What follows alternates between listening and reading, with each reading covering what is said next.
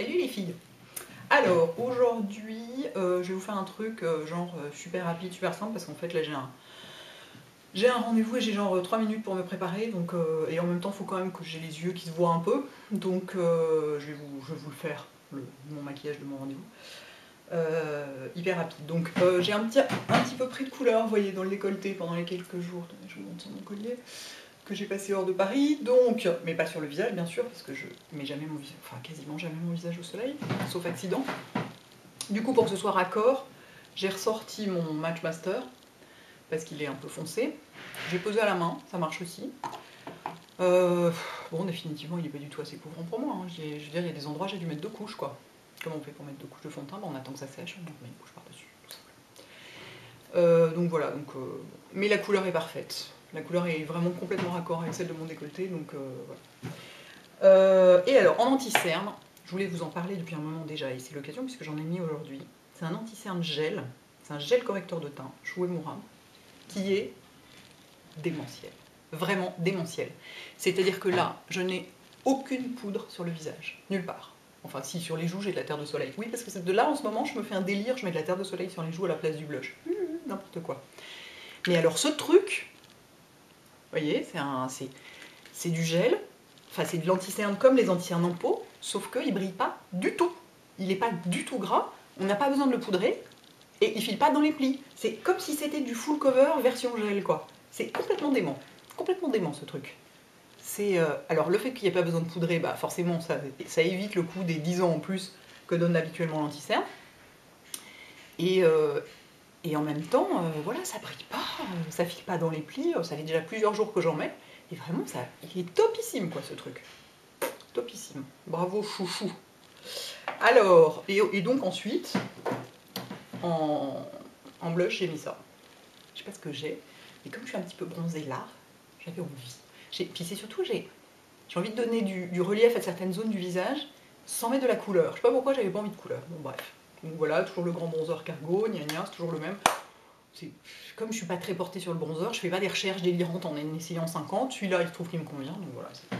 Je l'ai adopté et j'ai mis un petit coup de highlight sur les joues avec mon highlighter préféré au monde, avec celui d'Urban Decay quand même, que j'adore aussi, qui est mon Shiseido. Et alors pour les yeux, je n'ai évidemment pas du tout préparé mon matériel, donc ça va prendre 6 ans et donc je vais être en retard à mon rendez-vous. Bravo Hélène, une fois de plus. Bougez pas, je vais chercher ce qu'il me faut.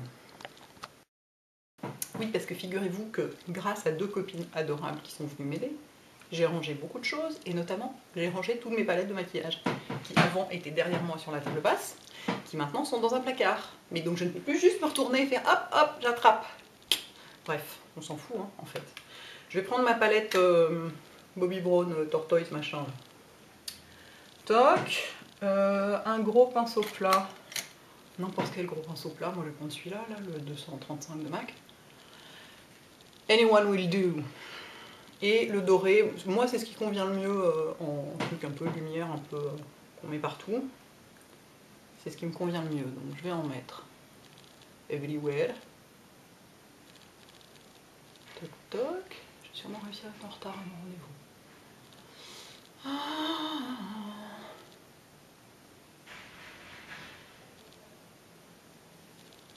Donc je mets vraiment partout, partout, partout. Ça me sert à la fois de base paupières mobiles, de coin interne, de touche lumière, ça me sert de tout. Là, il y a une différence folle hein, pour l'instant. Ensuite, on commence à empiler des trucs absolument partout et tout va se casser la gueule. Ensuite, je demande le crayon You, that's you I want. Le crayon Black Chocolate de Bobbi Brown. On va tout faire en Bobbi Brown, tiens. C'est un... Ouh, mon Dieu, mais il est dégueulasse. Je peux vous montrer ça ou je peux pas? Oh, allez, tant pis, hein, pour une fois. Enfin, c'est pas qu'il est dégueulasse, c'est qu'il a servi, quoi. Voilà, c'est du marron noir. Du brun noir, pardon. Et je vais estomper ça rapidement. Enfin, pas estomper, mais le poser rapidement sur les 2 tiers, mettons. Toc, en haut et en bas. L'idée, c'est pas de descendre jusqu'au milieu de la joue, Hélène. Je sais pas pourquoi j'ai toujours eu tant de mal avec le crayon. Ou alors faut que je tire. Si je tire, j'arrive à rester au ras des cils, en tout cas sur l'œil gauche. Sur l'œil droit, c'est pas pareil. Bon, c'est très grossièrement fait, mais on s'en fout, vu qu'on va estomper. Avec un petit pinceau ad hoc. Comme le capitaine. Cette fille est trop drôle. Où est mon petit pinceau ad hoc? Bear. Le 214 de MAC, qui est aussi le 219 chez Sephora. Et que moi, j'adore pour estomper du crayon. Ça reste mon préféré pour ça, je crois. J'aime pas du tout estomper au 219, c'est marrant, hein, le crayon, j'entends. Vous vous en foutez, c'est des considérations complètement... Toc, on monte ça un petit peu, on estompe bien. Faut que ce soit fondu, quoi. Vous voyez? Que ce soit fondu. Fondu, fondu, je m'en suis mis dans l'œil et c'était pas l'idée parce que je veux pas avoir du crayon dans l'œil parce que je vais avoir les yeux qui grattent comme d'habitude vu que j'ai plus d'antihistaminique. Et donc il faut que je puisse me gratter les yeux. Et si j'ai du crayon dans l'œil, je peux pas me gratter les yeux et donc c'est un drame. Et bah dans tout ça, mon anti-cerne ne bouge pas. Non mais dément ce truc.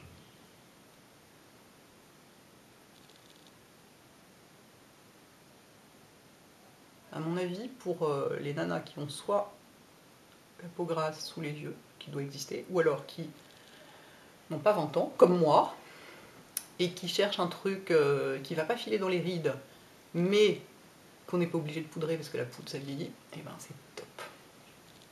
C'est bizarre, c'est pas du tout comme de l'autre côté, mais alors pas du tout, c'est parce que je suis absolument pas concentrée. Je fais la conne en même temps, je parle, je raconte des tas de trucs. Donc forcément, ah bah oui, ce n'est pas complètement symétrique, hein, mais il y en a un petit peu trop, on va dire. Donc dans ce cas-là, je reprends de mon doré et j'en mets par-dessus pour effacer le trop qu'il y a. C'est la ruse du coyote. Bien, ensuite, j'essuie mon pinceau pour enlever les traces de crayon éventuelles. Et je vais aller prendre du brun noir, en poudre cette fois-ci, pour mettre sur le fard pour le fixer. Oui, bah c'est un mini smoky, je sais bien, je me maquille tout le temps pareil. Ça va, excusez-moi, je porte ce qui me va aussi. Hein. Les cheveux sont pas assez ébouriffés, ça ne va pas. J'adore, je commence à avoir des racines, c'est comme ça que je préfère. C'est très très joli. Et donc là, je prends le brun noir qui est là, pour intensifier et fixer ce qui a été fait avec le crayon. Toc. Donc on le dépose comme ça. On l'estompe doucement. L'idée, c'est évidemment, comme toujours, hein, que ce soit plus fin au coin interne et plus large au coin externe, parce que c'est ça qui agrandit l'œil et qui l'étire. Sans non plus faire un truc jusqu'à la tempe comme la dernière fois. Vous pouvez, hein, vous faites bien ce que vous voulez.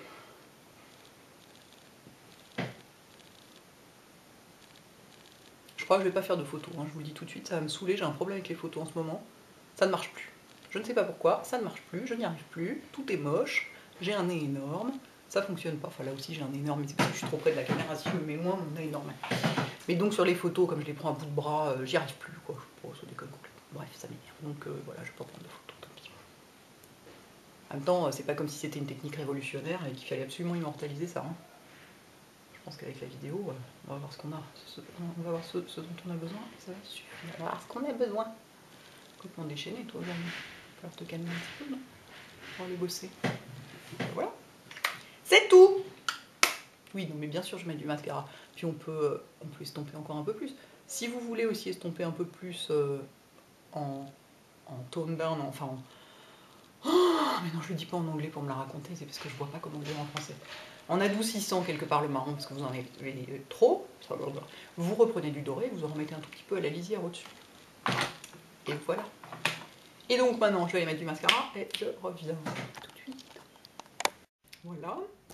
Je précise que je me sers jamais de mon recours de cils, évidemment, j'y pense pas. Et puis en fait, le mascara, ça recoupe déjà vachement les cils, enfin moi ça me suffit. Hein. Donc voilà, encore un truc qui ne sert à rien. J'ai pas envie de maquiller mes sourcils, en revanche, je vais mettre du gel à sourcils dedans. Voilà. Et en fait, j'ai compris, les deux, vous voyez, il y a deux côtés à la brosse. Une fois, je vous avais dit, mais pourquoi il y a deux côtés, machin, je sais pas quoi, et pourquoi c'est pas pareil? En fait, le côté plus long, ça peigne, et l'autre, ça, c'est plus intense, je sais pas comment dire, ça fixe plus. Moi, je préfère le côté moins long. Parce qu'en plus, ça permet de fixer les sourcils un peu ébouriffés, en quelque sorte. Vous voyez, un peu plus ébouriffés que d'habitude, et j'aime bien ça. Sourcils coiffés légèrement vers le haut, quoi. Puis du coup, ils vont rester comme ça. Alors que sinon, ils restent pas, évidemment. Comme ils sont raides, ils reprennent leur cours naturel, si j'ose dire. Toc. Ah, j'aime bien. Vous voyez, sourcils un peu coiffés vers le haut. Voilà, comme d'habitude, avant de remettre la brosse dans le tube, je la nettoie. Des fois qu'il y ait du fond de teint dessus, ce genre de truc. Histoire d'éviter de saloper l'intérieur du tube. Voilà, voilà. Ah, j'ai oublié de vous dire que l'anti-cerne en question, là, génial. Moi, je le mets avec mon pinceau anti-cerne. Bon, là, en l'occurrence, mon pinceau chéri, qui est le Laura Mercier, mais n'importe quel pinceau anti-cerne fonctionne. En revanche, je suis pas sûre du tout que ça marche avec ce genre de pinceau, 224 MAC, parce que c'est une matière assez épaisse. Et je suis pas sûre qu'on arrive à en prélever avec un pinceau très fluffy.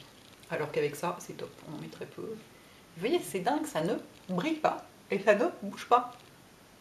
Je crois que j'ai jamais vu ça, à part en dehors du full cover, qui malgré tout n'est pas un anti-cerne à la base. Alors, pour le rouge à lèvres, j'hésitais entre mon Dior et mon MAC, mes deux préférés, le Nude et le Shy Girl. Qu'est-ce que ça va donner si je mets le Shy Girl? J'ai plus envie de ça. Ça va. Ça fait pas trop cagole. Quand les lèvres sont beaucoup plus claires que le teint, ça fait cagole, faut se méfier. Là, c'est limite, mais ça va. Faudrait vraiment pas plus. Bon, bah voilà, je crois que c'est tout. I think that's all.